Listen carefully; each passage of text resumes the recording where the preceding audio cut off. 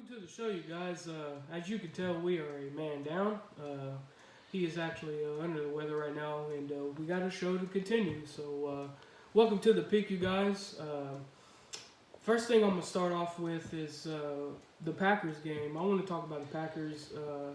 I haven't talked about the Packers a whole lot this season on our show, and this is a great chance to talk about them. Week 7, man, they balled out against Oakland. I think Aaron Rodgers could easily have one of the best games of his career, if not the best. Throw some stats at you. He was 25 for 31, 430 yards, well, almost 429. So we'll go on 430. And he had 5 touchdowns, no interceptions. Six if you want to get technical, because he rushed one in. So 6 touchdowns by one of the goats of the league, man. And he balled out, did his thing. I'm proud of that man. And I'm just proud of our team. We're 6-1. Packers are doing their thing. In my opinion, they are number 3 in the league of all the teams. They have the Saints ahead of us, which I kind of disagree. I think we're a little bit better than the Saints are, so I think we're number 3. The Chiefs and the Niners and the Patriots are number 1 and 2, which I agree with. I think that's right, but I think we're a little bit better than the Saints are. So I'm proud of the way the Packers are playing. I'm sure Packers fans, just like I am, are happy as well. But yeah, I just wanted to I didn't really want to talk about the game necessarily. I just wanted to talk about how well A-Rod played, man, because he ain't getting any younger, and it's kind of crazy. He's showing that he could still do this at the age he's at. So, like I said, 6 touchdowns, no picks, amazing game. Absolutely went crazy on Oakland. But yeah, I'm proud of my Packers. But we're gonna go ahead and get into these other games. One of the other games I want to talk about is the Cowboys and the Eagles. It started out pretty even. Then they just started turning. The Eagles just started turning the ball over. Wentz, I believe, fumbled first, and then I think he threw a pick or so. But yeah, man, just the turnovers is really what destroyed the Eagles. Cowboys the whole game, pretty much after the turnovers, they just went on a rampage. The Eagles could not stop Zeke for nothing. I think he was pretty much the meat and bread of that game for the Dallas Cowboys. He was just getting the job done as he likes to do. He was eating. So was Cooper. Cooper was just getting on those secondary, which is the secondary ain't that great for the Eagles. So yeah, they got problems there, and it showed. But they definitely had, I think, their biggest problem with the running game of Zeke. I think that's what hurt so much.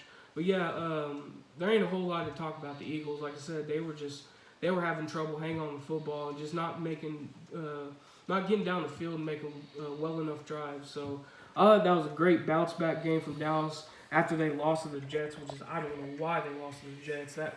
That game to me made no sense.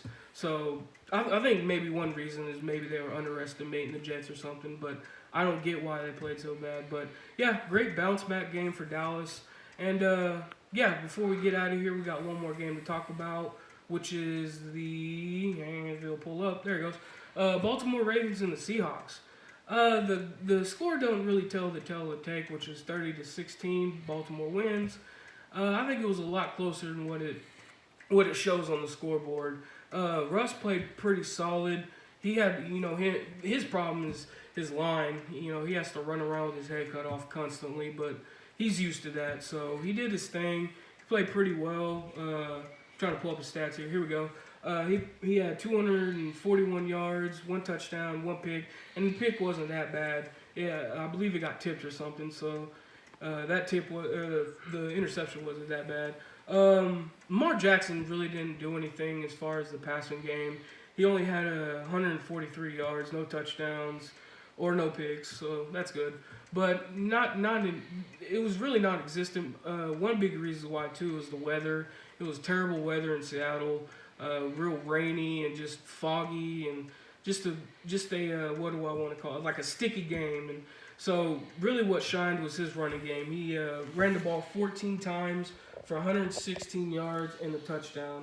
So, man, he really got the job done. Mark Ingram played okay. He had 46 yards. So, really, it was the Lamar Jackson show, man. If it wasn't for him and his running game on his legs, I believe Seattle might have won this game. But, yeah, man, Lamar Jackson is just a slippery guy. I don't know how you tackle him or how you prepare. It's just like what Pete Carroll said before the game. They were literally, that's what they were trying to stop, was his running game. But a lot of the runs that occurred weren't just him running plays off the run. It was him making the runs because there's nobody down the field, or he just couldn't, like I said, he just couldn't find nobody. So a lot of those runs, he was just making up himself. So that Seattle defense just didn't know what to do. I think they were kind of lost. They didn't.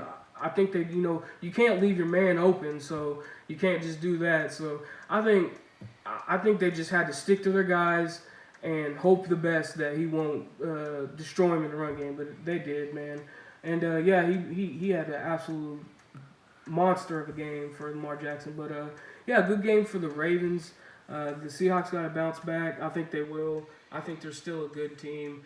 Their defense needs some work. Of course, their offensive line, I think, is terrible. But I don't know. There's not much you could do right now for that. So, but yeah, man, great win for the Baltimore Ravens, and Seahawks got to bounce back. But yeah, man, that will do it for the show.